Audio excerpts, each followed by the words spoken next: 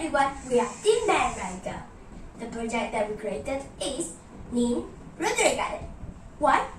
It is because our model is automatically rotating around a central point like a wheel, and we could grow nutrient-rich vegetables and fruit at our own home garden. We got the idea from vertical hydroponics system and Daphne in Germany. The reason we create this model is because it's expected that by 2050, 70% of the world population will be living in urban areas, in which it will also be accountable for around 70% of global energy consumption. The UN says we need to produce 70% more food by 2050 or restoring hundreds of millions of people, primarily associated with growing population in urban areas. Our product spaces, limited proportion of public green spaces, only 15.8%, food insecurity of food desert, limited arable agricultural land, and poor solid, liquid, and air management. Our design idea is to create a compact model which will produce highest nutritious food, reduce transportation of food produce, reduce food marks, scalability, and minimum human interferences. Unique concepts we use in our project are geotrophism. The main stem will rise and the root will fall. The plant continuously fight against the gravity. Typically, plants mature much more quickly than other growing systems. Characteristic of LED grow light. We use red light to boost germination, flowering, and fruiting. We use blue light to get strong, healthy stems and leaves, especially when growing leafy vegetables. We use a combination of blue and red for optimal plant growth. Rotating setting, increase yield by 3 to 5 times, consumes 60% less electricity and up to 80% water saving. Programming on rotation speed. The programming controls the length of time plants is exposed to the solution and is changeable. For small 3D printed rotary garden, we use Arduino Maker Uno with a continuous servo motor, and here is the code that we use to control the rotation speed and length time.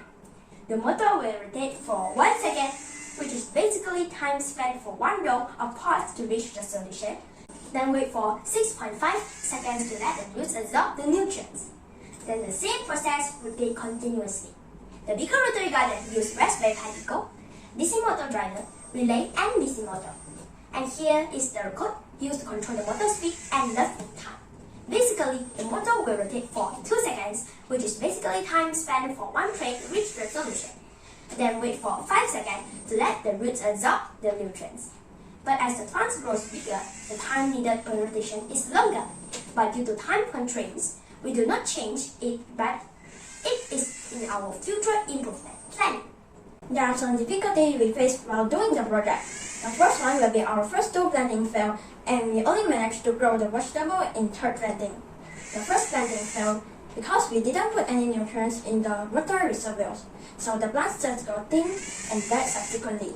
The second planting failed as we forgot to turn on the LED light after the germination, and our plants didn't get enough light for photosynthesis and died. We learned the mistake from the previous 2 planting and finally succeeded to plant different types of vegetable in the rotary garden. There are kangkong, sweet bok choy, Brazilian spinach, and Finland spinach. Another challenge that we face on the bigger rotary garden is when the plants grow bigger, the whole system becomes heavier, and the motor does not have enough power to rotate the frame.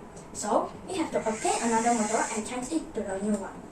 If we have more time, we will try to explore the possibilities to turn our rotary hydroponic system to rotary aquaponic system and real fish.